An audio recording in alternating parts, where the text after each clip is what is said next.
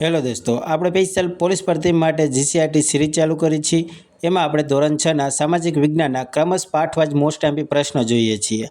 એમાં આપણે 6 પાઠના most MP પ્રશ્નો જોઈ નાખ્યા છે. તે પ્રશ્નો તમે ના જોયા હોય તો જોઈ નાખજો, તે તમને પ્લેલિસ્ટમાં મળી જશે. અને અત્યારે આપણે સામાજિક વિજ્ઞાનનો 7મો પાઠ જોઈશું. પાઠનું નામ છે ગુપ્ત યુગ અને અન્ય શાસકો. દોસ્તો, આ પાઠના આપણે મોસ્ટ એમપી 50 પ્રશ્નો જોવાના છે.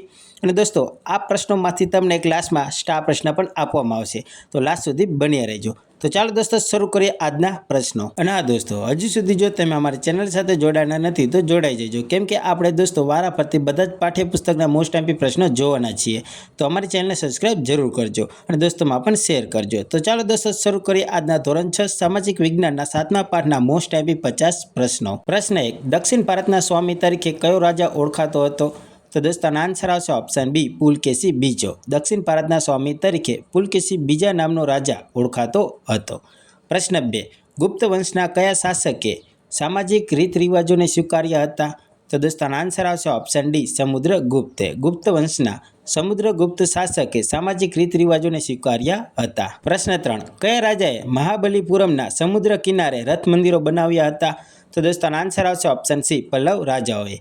પલ્લવ રાજાઓએ મહાબલીપુરમના સમુદ્ર કિનારે રથ મંદિરો બનાવ્યા હતા. પ્રશ્ન 4. બૌદ્ધ ધર્મના મહાયાન અને હીનયાન પંથ કયા યુગ દરમિયાન વિકસ્યા હતા? તો દોસ્તોનો આન્સર આવશે ઓપ્શન એ, ગુપ્ત યુગ. દોસ્તો, બૌદ્ધ ધર્મના મહાયાન અને હીનયાન પંથ ગુપ્ત યુગ દરમિયાન વિકસ્યા હતા. પ્રશ્ન 5. સમુદ્રગુપ્ત પછી કયા રાજા ગાદી પર આવે છે? તો દોસ્તોનો આન્સર આવશે ઓપ્શન એ, ચંદ્રગુપ્ત બીજો. સમુદ્રગુપ્ત પછી ચંદ્રગુપ્ત બીજો રાજા ગાદી પર આવે છે.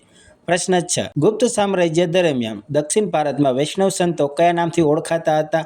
તો દોસ્તોનો આન્સર આવશે ઓપ્શન બી, આલવાર. આલવાર. ગુપ્ત સામ્રાજ્ય દરમિયાન દક્ષિણ ભારતમાં વૈષ્ણવ સંતો આલવાર નામથી ઓળખાતા હતા. પ્રશ્ન 7. કુમારદેવી કઈ રાજાની પત્નીનું નામ હતું? તો દોસ્તોનો આન્સર આવશે ઓપ્શન બી, ચંદ્રગુપ્ત પ્રથમની. એટલે કે ચંદ્રગુપ્ત પ્રથમની પત્નીનું નામ કુમારીદેવી હતું. પ્રશ્ન 8. મેહરૌલીનો લોહ સ્તંભ કઈ જગ્યાએ આવેલો છે? પ્રશ્ન છે, મેહરૌલીનો લોહ સ્તંભ કઈ જગ્યાએ આવેલો છે? તો દોસ્તોનો આન્સર આવશે ઓપ્શન ડી, દિલ્હી ખાતે. મેહરૌલીનો લોહ સ્તંભ દિલ્હી ખાતે આવેલો છે. પ્રશ્ન 9. સૌરાષ્ટ્રના કયા રાજ્યના શાસકોએ ગુપ્ત સંવતનો સ્વીકાર કર્યો હતો? તો દોસ્તોનો આન્સર આવશે ઓપ્શન બી, વલભી. સૌરાષ્ટ્રના વલભી રાજ્યના શાસકોએ ગુપ્ત સંવતનો સ્વીકાર કર્યો હતો. પ્રશ્ન 10. કયા રાજાએ લીછવીઓની સહાયથી મગધ રાજ્યનો ખૂબ જ વિસ્તાર કર્યો હતો? તો દોસ્તોનો આન્સર આવશે ઓપ્શન એ, ચંદ્રગુપ્ત પ્રથમ. ચંદ્રગુપ્ત પ્રથમ રાજાએ લીછવીઓની સહાયથી મગધ રાજ્યનો ખૂબ જ વિસ્તાર કર્યો હતો. પ્રશ્ન 11. કુમારગુપ્તના સમયમાં કઈ વિદ્યાપીઠની સ્થાપના થઈ હતી? તો દોસ્તોનો આન્સર આવશે ઓપ્શન બી, નાલંદા. કુમારગુપ્તના સમયમાં નાલંદા વિદ્યાપીઠની સ્થાપના થઈ હતી. પ્રશ્ન 12. ગુપ્ત વંશના કયા રાજાએ મહારાજા ધીરાજનું બિરુદ ધારણ કર્યું હતું? તો દોસ્તોનો આન્સર આવશે ઓપ્શન સી, ચંદ્રગુપ્ત પ્રથમ. ગુપ્ત વંશના ચંદ્રગુપ્ત પ્રથમ રાજાએ મહારાજા ધીરાજનું બિરુદ ધારણ કર્યું હતું. પ્રશ્ન 13. કયા રાજાને ગુપ્ત સામ્રાજ્યની મહંતતાનો સર્જક ગણાય છે? તો દોસ્તોનો આન્સર આવશે ઓપ્શન ડી, સમુદ્રગુપ્તને. સમુદ્રગુપ્તને ગુપ્ત સામ્રાજ્યની મહત્વનો સર્જક ગણાય છે.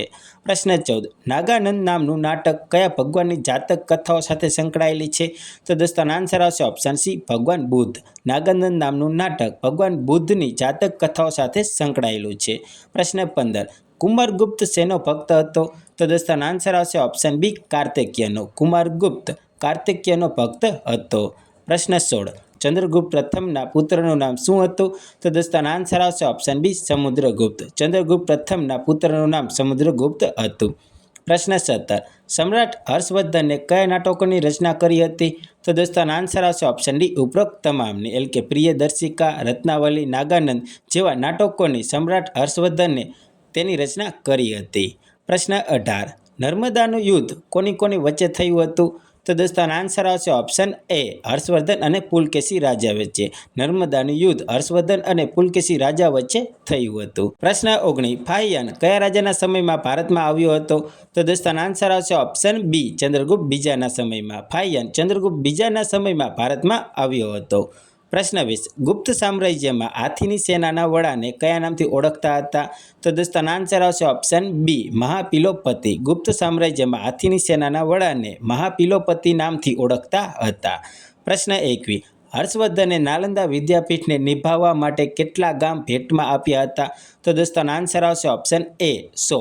હર્ષવર્ધને નાલંદા વિદ્યાપીઠને નિભાવવા માટે 100 જેટલા ગામ ભેટમાં આપ્યા હતા. પ્રશ્ન 22. ગુપ્ત સામ્રાજ્યનો છેલ્લો મહાન રાજા કોણ હતો? તો દોસ્તો આન્સર આવશે ઓપ્શન બી સ્કંદગુપ્ત. ગુપ્ત સામ્રાજ્યનો છેલ્લો મહાન રાજા સ્કંદગુપ્ત હતો. પ્રશ્ન 23. કયા રાજાએ પોતાના રાજ્યાભિષેક સમયે ગુપ્ત સંવત શરૂ કર્યું હતું? તો દોસ્તો આન્સર આવશે ઓપ્શન ડી ચંદ્રગુપ્ત પ્રથમે. ચંદ્રગુપ્ત પ્રથમે પોતાના રાજ્યાભિષેક સમયે ગુપ્ત સંવતનું શરૂ કર્યું હતું, એટલે કે ગુપ્ત સંવત શરૂ કર્યું હતું. પ્રશ્ન 24. ગુપ્ત યુગના કયા રાજાએ અશ્વમેઘ યજ્ઞ કરાવ્યો હતો, એટલે કે કર્યો હતો? તો દોસ્તો આન્સર આવશે ઓપ્શન સી સમુદ્રગુપ્તે. ગુપ્ત યુગના સમુદ્રગુપ્ત રાજાએ અશ્વમેઘ યજ્ઞ કર્યો હતો. પ્રશ્ન 25. વર્ષેન કયા રાજાનો રાજ્યમંત્રી હતો? તો દોસ્તો આન્સર આવશે ઓપ્શન સી ચંદ્રગુપ્ત બીજાનો. વર્ષેન ચંદ્રગુપ્ત બીજાનો રાજ્યમંત્રી હતો. પ્રશ્ન 26. નીચેનામાંથી કઈ કૃતિ કાલિદાસની છે? તો દોસ્તો આન્સર આવશે ઓપ્શન ડી ઉપરોક્ત તમામ, એટલે કે અભિજ્ઞાન શાકુંતલમ, મેઘદૂતમ, રઘુવંશમ જેવી કૃતિ કાલિદાસની જ છે. પ્રશ્ન 27. ચંદ્રગુપ્ત બીજાએ ગુજરાત ઉપર હુમલો કરી કયા વંશનો અંત આણ્યો હતો? તો દોસ્તો આન્સર આવશે ઓપ્શન સી શકસપત્ર વંશનો. ચંદ્રગુપ્ત બીજાએ ગુજરાત ઉપર હુમલો કરીને શકસપત્ર વંશનો અંત આણ્યો હતો. પ્રશ્ન 28. ગુપ્ત વંશના કયા રાજાએ કવિરાજનું બિરુદ મેળવ્યું હતું?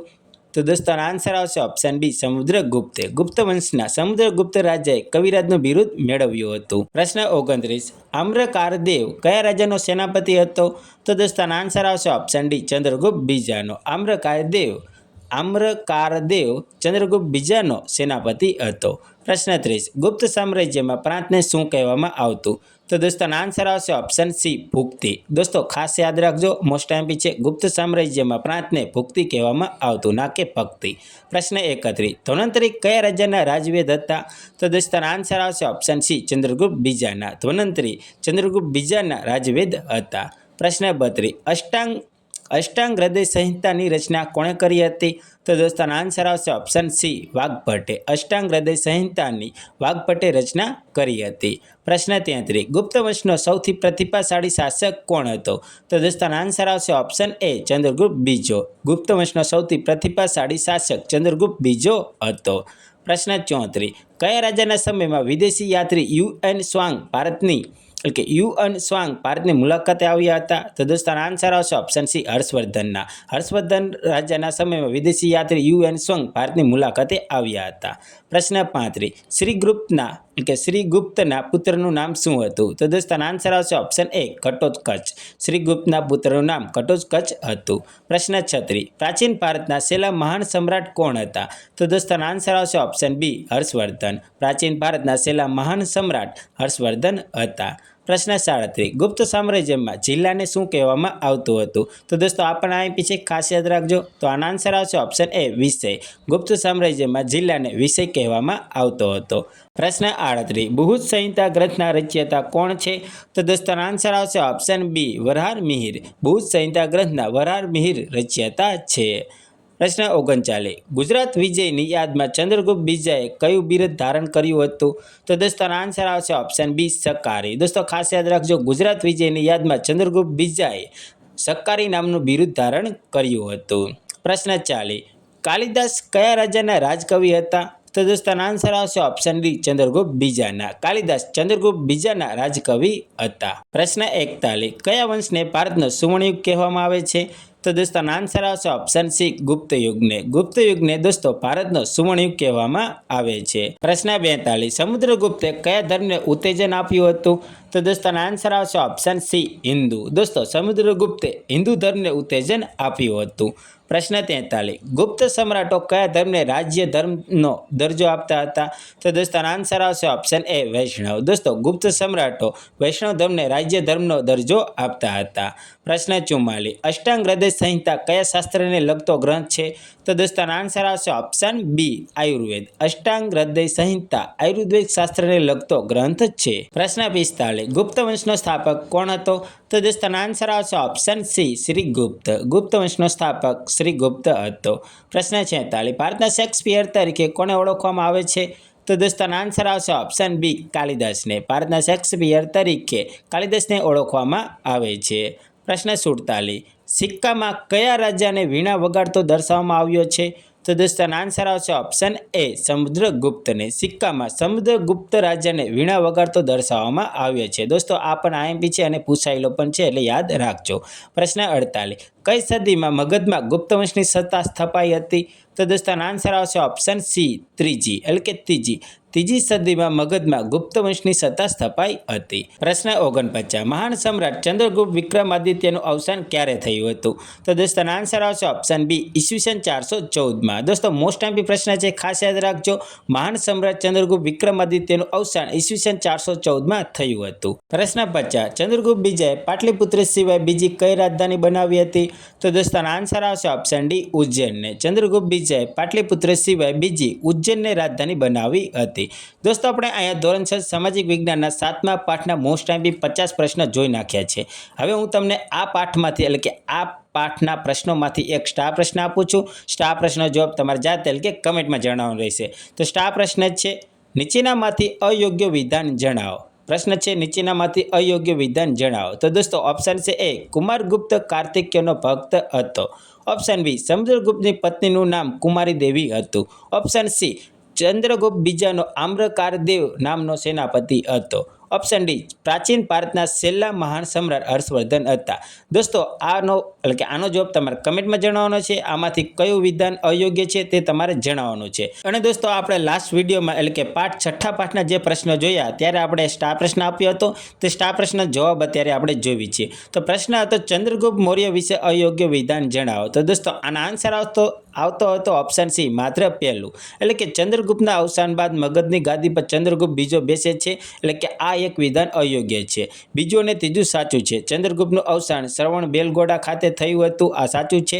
અને ચંદ્રગુપ્ત મૌર્ય ઈસવીસન પૂર્વ 297ની સાલમાં મૃત્યુ પામ્યો હતો, આ પણ વિધાન સાચું છે. દોસ્તો પહેલું વિધાન અયોગ્ય છે તે સાચું આ રીતે થાય કે ચંદ્રગુપ્તના અવસાન બાદ મગધની ગાદી પર બિંદુસાર બેસે છે એટલે કે ચંદ્રગુપ્તના અવસાન બાદ મગધની ગાદી પર બિંદુસાર રાજા બેસે છે. દોસ્તો આ હતો આપણે કાલનો સ્ટાર પ્રશ્ન અને આજના સ્ટાર પ્રશ્ન જવાબ તમારે જાતે કે કમેન્ટમાં જણાવવાનો છે. અને આ સ્ટાર પ્રશ્નનો જવાબ આપણે આવતા એટલે પાઠ 8ના પ્રશ્નોમાં આપણે જોઈશું. અને દોસ્તો તમને આ પ્રશ્નો તમને કેવા લાગે છે તે કમેન્ટમાં જણાવજો. અને દોસ્તો આવા જ પ્રશ્નો મેળવવા માટે અમારી ચેનલને સબસ્ક્રાઇબ જરૂર કરજો અને દોસ્તોમાં પણ શેર કરજો. ચાલો દોસ્તો મળીએ બીજા વિડીયોમાં. જય હિન્દ, જય ભારત.